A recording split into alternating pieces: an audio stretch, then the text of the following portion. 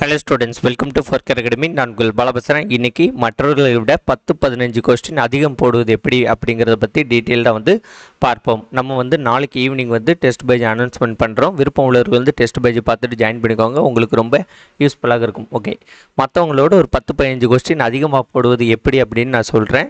யார் என்ன பண்ணுவாங்க, நீங்கள் என்ன பண்ணணும் அப்படிங்கிறத சொல்கிறேன். ஃபஸ்ட்டு ப்ரீவியஸ் இயர் கொஸ்டின் தான். நிறைய பேர் ப்ரீவியஸ் இயர் கொஸ்டின் அப்படிங்கிறத ஒன்று என்ன பண்ணுவாங்கன்னா ஆன்சரோடு பார்ப்பாங்க. ஓகேவா, ஆன்சரோடு பார்ப்பாங்க. ஆன்சரோடு பார்க்கறதுனால ஒரு பயனும் கிடையாது.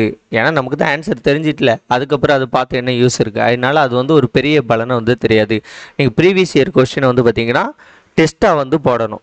ஓகேவா, நீங்கள் எப்படி ஸ்கெடியூல் வைஸ் டெஸ்ட் போடுறீங்களோ அதே மாதிரி ப்ரீவியஸ் இயர் கொஸ்டின் டெஸ்ட்டாக போடணும். நம்ம டெஸ்ட் பேஜில் பார்த்தீங்கன்னா தமிழுக்கு பார்த்தீங்கன்னா ஒரு 30 to 40 டெஸ்ட்டு, அதாவது 3000 to 4000 கொஸ்டின்ஸ் உங்களுக்கு டெஸ்ட் இருக்கும். ஓகேவா, ப்ரீவியஸ் இயர் கொஸ்டின். அது போக மேக்ஸ் பார்த்தீங்கன்னா 30 கொஸ்டின் பேப்பரு, அதாவது ஒரு 750 கொஸ்டின்ஸு டெஸ்ட் இருக்கும். அடுத்த ஜிஎஸ்சில் பார்த்தீங்கன்னா உங்களுக்கு குரூப் 4 லெவலில் உள்ள கொஸ்டின் பேப்பர்லேருந்து ஒரு 10 கொஸ்டின் பேப்பர் இருக்கும். அப்போ அது ஒரு 750 கொஸ்டின்ஸ் நம்ம டெஸ்ட் பேஜில் இருக்கும்.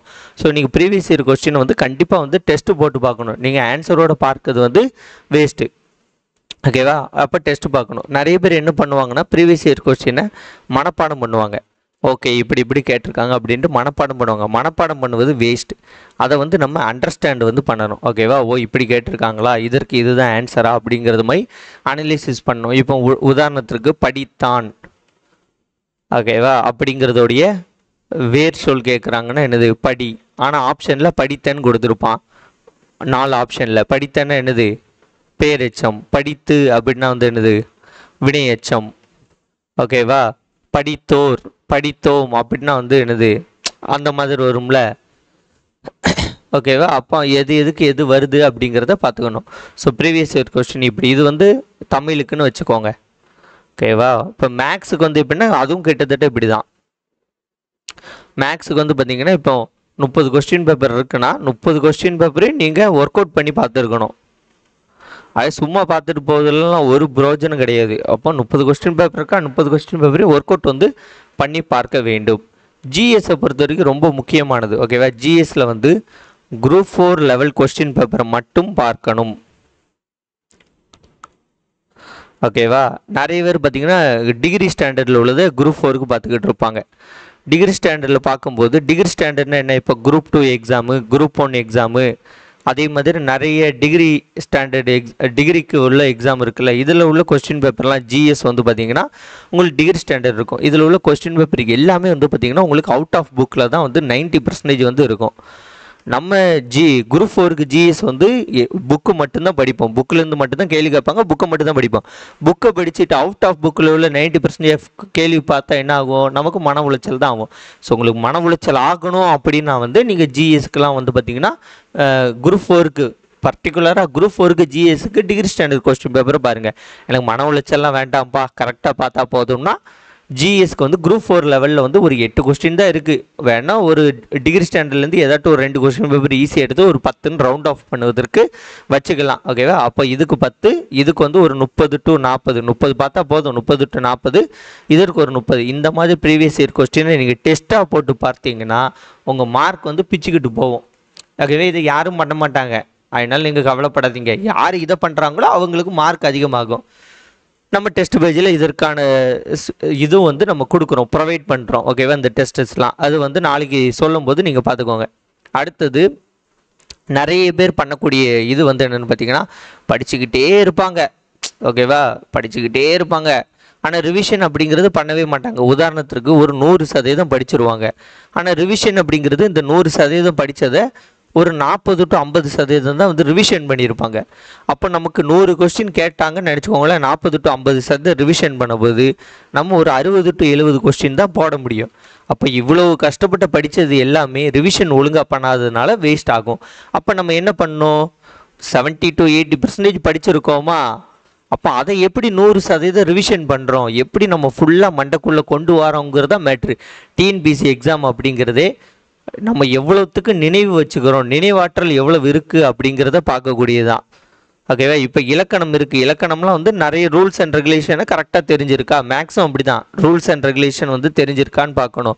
அதற்கெல்லாம் வந்து ரிப்பீட்டட் ரிவிஷன் நிறைய டெஸ்ட்டு போட்டு பார்த்துக்கிட்டு இருந்தால் தான் தெரியும். நீங்கள் கஷ்டப்பட்டு படிச்சுக்கிட்டே இருக்கீங்க, எக்ஸாம் இப்போ ஜூலை 12 13ஆம் தேதி எக்ஸாம்னா ஜூலை 1ஆம் தேதி வரைக்கும் படிச்சுட்டு அடுத்த 10 நாள்லலாம் டிஎன்பிசியில் உள்ள எல்லாத்தையும் ரிவிஷன் பண்ணவே முடியாது. அது மிகப்பெரிய முட்டாள்தனமாகிரும். ஓகேவா? ஸோ ரிவிஷனுங்கிறது இப்போத்துலேருந்தே ஸ்டார்ட் பண்ணுங்கள். நோட்டிஃபிகேஷன் வந்ததுலேருந்தே படிப்பதை குறைத்து கொண்டு ரிவிஷன் பண்ணுவதை அதிகரிச்சிருங்க. அப்போ தான் மட்டும்தான் நீங்கள் சக்ஸஸ் பண்ண முடியும். ஏன்னா 100% படிச்சுட்டு அவள் அதை 40 to 50% ரிவிஷன் பண்ணால் 60 to 70% தான் மார்க் வரும். அதே 70 to 80% நீங்கள் படிச்சுட்டு 100% இது பண்ணிங்கன்னா உங்களுக்கு 90% வந்து மார்க் வந்து வரும். ஓகேவா? அதை வந்து அண்டர்ஸ்டாண்ட் வந்து பண்ணிக்கோங்க. அதுக்கப்புறம் வந்து பார்த்தீங்கன்னா டெஸ்ட்டு அண்ட் அனலிசிஸ். டெஸ்ட்டு வந்து போட்டு பார்த்துக்கிட்டே இருக்கணுங்க, ரொம்ப முக்கியம். டெஸ்ட்டு எப்படி போட்டு பார்க்கணும்னு நான் சொல்கிறேன் பாருங்கள்.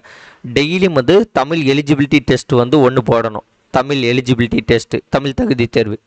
மேக்ஸ் வந்து ஒன்று போடணும். ஓகேவா? இது வந்து பார்த்தீங்கன்னா ஒரு வாரத்திற்கு 5 கொஸ்டின் போடணும். சாட்டர்டே சண்டே லீவ் விட்டுருங்க.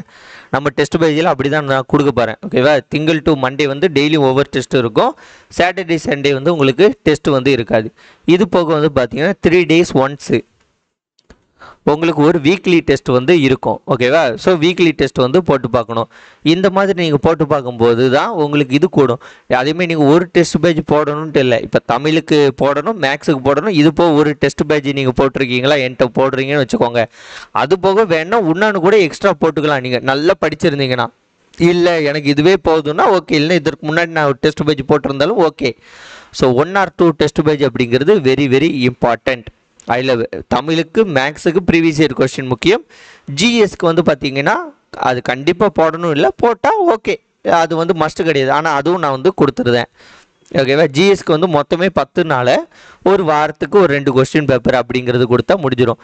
அப்போ நம்ம வந்து பார்த்திங்கன்னா இந்த டெஸ்ட்டில் மே மந்த்லேயே வந்து பார்த்திங்கன்னா நம்ம ப்ரீவியஸ் இயர் கொஸ்டின் மே அல்லது ஜூன் 10க்குள்ளே, ஓகேவா, ஜூன் 10 to 15க்குள்ளே நம்ம ப்ரீவியஸ் இயர் கொஸ்டின் வரைக்கும் ஃபுல்லாக பார்த்து முடிச்சிடுவோம். இந்த மாதிரி தான் நீங்களும் பார்க்கணும். டெஸ்ட்டை வந்து ஃபுல்லாக போடணும், அதை வந்து அனலைசிஸ் பண்ணி பார்க்கணும். இப்போ உதாரணத்திற்கு நீங்கள் ஒரு டெஸ்ட்டு முடிக்கிறீங்க, தமிழில் வந்து உங்களுக்கு ஒரு 90 கொஸ்டின் வருதுன்னு வச்சுக்கோங்களேன். அப்போது ஒரு 10 கொஸ்டின் தப்பு. ஏன் அந்த 10 கொஸ்டின் தப்பு அப்படிங்கிறத நீங்கள் ஃபைன் பண்ணணும். அந்த ஃபைன் பண்ணும்போது கண்டிப்பாக அதில் பார்த்தீங்கன்னா ஒரு 7 to 8 கொஸ்டின் கேர்லெஸ் மிஸ்டேக்காக தான் இருக்கும். நீங்கள் படிக்காத கொஸ்டின் பார்த்தீங்கன்னா 2 to 3 கொஸ்டினாக தான் இருக்கும். இப்போ 7-8 கொஸ்டின் கேர்லெஸ் மிஸ்டேக்காக இருக்கும். ஸோ கேர்லெஸ் மிஸ்டேக் வந்து எப்போவும் ஒரு 10 to 15 கொஸ்டின் வந்து டிஎன்பிசியில் வரும். 200 கேள்வி டிஎன்பிசியில் கேட்குறாங்கன்னா அதில் ஒரு 10 to 15, ஒரு சிலருக்குலாம் 20 வரைக்கும் கூட வரும். ஓகேவா? இதை வந்து குறைப்பதற்கான ஒரே வழி வந்து பார்த்தீங்கன்னா நீங்கள் டெஸ்ட்டை போட்டு அதை அனலைசிஸ் பண்ணிக்கிட்டே இருந்தால் மட்டும் தான் கேர்லெஸ் மிஸ்டேக்கை குறைக்க முடியும். உதாரணத்திற்கு 158 160 கொஸ்டின்லாம் போட்டிருப்பாங்க. ஆனால் வேலை கிட்ட வந்து கிடைக்காம போயிருக்கும். 165 வரைக்கும் போட்டிருப்பாங்க. கிட்ட வந்து ஒரு 2-3 கொஸ்டினில் கிடைக்காம போயிருக்கும் ஜாப்பு. ஆனால் அவங்க கேர்லெஸ் மிஸ்டேக்கில் எவ்வளோ பண்ணியிருப்பாங்கன்னா ஒரு 10 to 15 கொஸ்டின் வந்து அந்த பயம் பதட்டத்தில் அந்த எக்ஸாம் ஹால் ப்ரெஷரில் வந்து கேர்லெஸ் மிஸ்டேக்கில் வந்து விட்டுருப்பாங்க. ஸோ கேர்லெஸ் மிஸ்டேக் அப்படிங்கிறத நீங்கள் பண்ணவே கூடாது அப்படிங்கிறத ஞாபகம் வச்சுக்கோங்க. ஓகேவா? கேர்லெஸ் மிஸ்டேக்னால தான் நம்மளோட தோல்வி வந்து அதிகரிக்கும். அதனால் கேர்லெஸ் மிஸ்டேக்கை அவாய்ட் வந்து பண்ணிடுங்க. ப்ரீவியஸ் இயர் கொஸ்டின் பார்க்கணும். ஸ்டடி வந்து எவ்வளோ பண்ணுறோன்னு முக்கியம் கிடையாது. ரிவிஷன் வந்து அதிகமாக பண்ணணும், டெஸ்ட்டு போடணும், அனலைசிஸ் பண்ணணும், கேர்லெஸ் மிஸ்டேக்கை குறைச்சி கொள்ள வேண்டும். நிறைய பேர் பார்த்தீங்கன்னா இந்த ஓஎம்ஆர் ஷீட்டில் வந்து ப்ராக்டிஸே வந்து பண்ண மாட்டாங்க. ஓகேவா? ஓஎம்ஆர் ஷீட்டில் ப்ராக்டிஸ் பண்ணாமல் ஒயிட் பேப்பரில் வந்து ப்ராக்டிஸ் பண்ணிகிட்டு இருப்பாங்க. அதுக்கு நான் எல்லா கொஸ்டின் பேப்பருக்கும் வந்து ஓஎம்ஆர் ஷீட்டில் ப்ராக்டிஸ் பண்ண சொல்லலை. ஏன்னா நம்ம நிறைய டெஸ்ட் போடுவோம். ஓஎம்ஆர் ஷீட்டில் ப்ராக்டிஸ் பண்ணிட்டு இருந்தால் டைம் வேஸ்ட் ஆயிரும். ஒரு 15 டெஸ்ட்டு டு ஒரு 20 டெஸ்ட்டு டோட்டலாக. ஓகேவா? நீங்கள் 100 டெஸ்ட்டு போட்டு பார்க்குறீங்கன்னா ஒரு 200 கொஸ்டின் உள்ள டெஸ்ட்டு ஒரு 15 to 20 டெஸ்ட்டு மட்டும் நீங்கள் ஓஎம்ஆர் ஷீட்டில் ப்ராக்டிஸ் பண்ணிட்டீங்கன்னா எக்ஸாம் ஹாலில் போயிட்டு உங்களுக்கு ஈஸியாக இருக்கும். இல்லைன்னு நினச்சிக்கோங்களேன், கையும் வராது காலும் வராதுங்க மாதிரி தான். அதை வந்து ஒழுங்காக ஷேட் பண்ண முடியாது. ஏன்னா அது வட்டம் இப்படி கொடுத்துருப்பான். இந்த வட்டத்துக்குள்ளே ஷேட் பண்ணணுன்னா இங்கேயே ப்ராக்டிஸ் பண்ணிட்டு போனால் தான் வட்டத்துக்குள்ளே ஷேட் பண்ண முடியும். இல்லைன்னு நினச்சிக்கோங்களேன், வட்டத்துக்குள்ளெல்லாம் ஷேடு வராது. அது எங்கேயாட்டும் போய்கிட்டு இருக்கும். அப்போ கடுப்பாக இருக்கும். அப்போ இங்கேயே வந்து ஓஎம்ஆர் ஷீட்டில் ப்ராக்டிஸ் பண்ணிடணும். இது ரொம்ப முக்கியம். அதேமாதிரி டைம் மேனேஜ்மெண்ட் அப்படிங்கிறது இங்கேயே வந்து நீங்கள் ப்ராக்டிஸ் பண்ணிக்கணும்.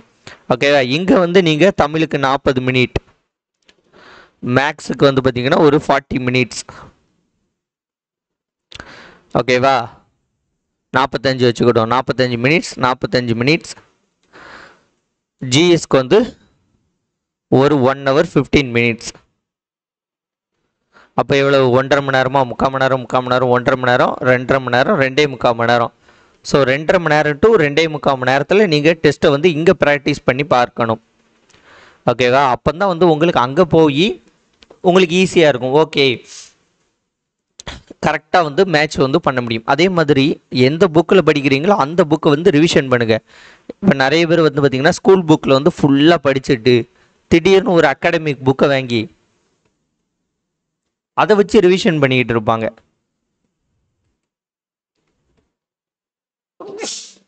அதை வச்சு ரிவிஷன் பண்ணும்போது என்ன ஆகும்னா, அதில் படிக்கும்போது எல்லாமே உங்களுக்கு புதுசாக தெரியும். நீங்கள் அந்த அகாடமிக் புக்கையும் ஒரு டைம் படித்து முடிச்சிட்டிங்கன்னா பிரச்சனை இல்லை. எல்லாத்தையும் ஸ்கூல் புக்கில் படிச்சுட்டு திரும்ப ஃபஸ்ட் டைமாக வந்து அகாடமிக் புக்கை வச்சு ரிவிஷன் பண்ணிக்கிட்டு இருப்பது கொஞ்சம் ரிஸ்க்கான வேலை. அதனால் அதை வந்து கொஞ்சம் பார்த்து செயல்படுங்க. அகாடமிக் புக்லேயே நான் ஓரளவுக்கு ஒரு டைம் வந்து நல்லா படிச்சிட்டேன், இப்போ செகண்ட் டைம் வந்து படிக்கிறேன், ரிவிஷன் பண்ணுறேன், புக்கை வச்சும் படிக்கிறேன், இதை வச்சு ரிவிஷன் பண்ணுறேன்னா ஓகே. எது உங்களுக்கு ரிவிஷன் கம்ஃபர்டபுளாக இருக்கும் அப்படிங்கிறது பாருங்கள். ஏன்னா ஒரு புது புக்கை பார்க்கும்போது அதில் உள்ள டேட்டா, பழைய டேட்டா எல்லாமே நமக்கு புதுசாக தான் தெரியும்.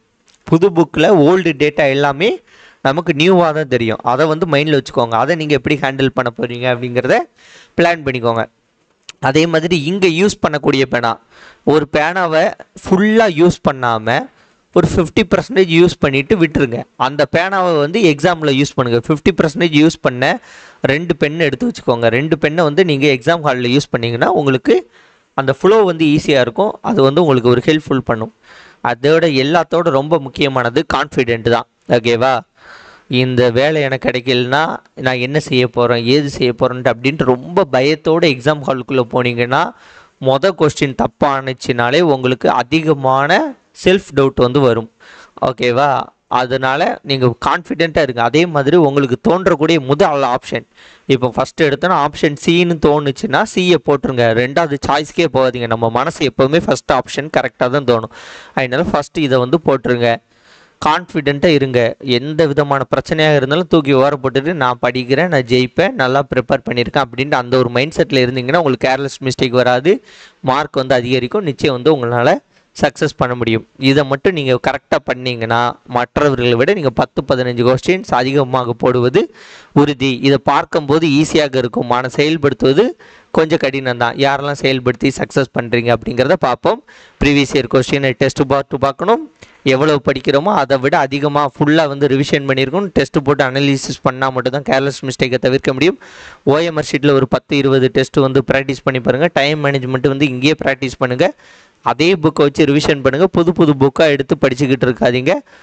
யூஸ் பண்ண பேனாவை ஒரு 2 பேனா வந்து எடுத்து வச்சுக்கோங்க. அதை வச்சுட்டு எக்ஸாம் எழுதுங்க. கான்ஃபிடென்ட்டாக போனீங்கன்னா உங்களுக்கு சக்ஸஸ் அப்படிங்கிறது உறுதியாக கிடைக்கும். ஓகே ஃப்ரெண்ட்ஸ், இந்த வீடியோ உங்களுக்கு பிடிச்சிருந்தா உங்கள் ஃப்ரெண்ட்ஸ்க்கு ஷேர் பண்ணுங்கள். தேங்க்யூ. வேறு ஒரு வீடியோன்னு சந்திப்போம். நன்றி, வணக்கம், பாய்.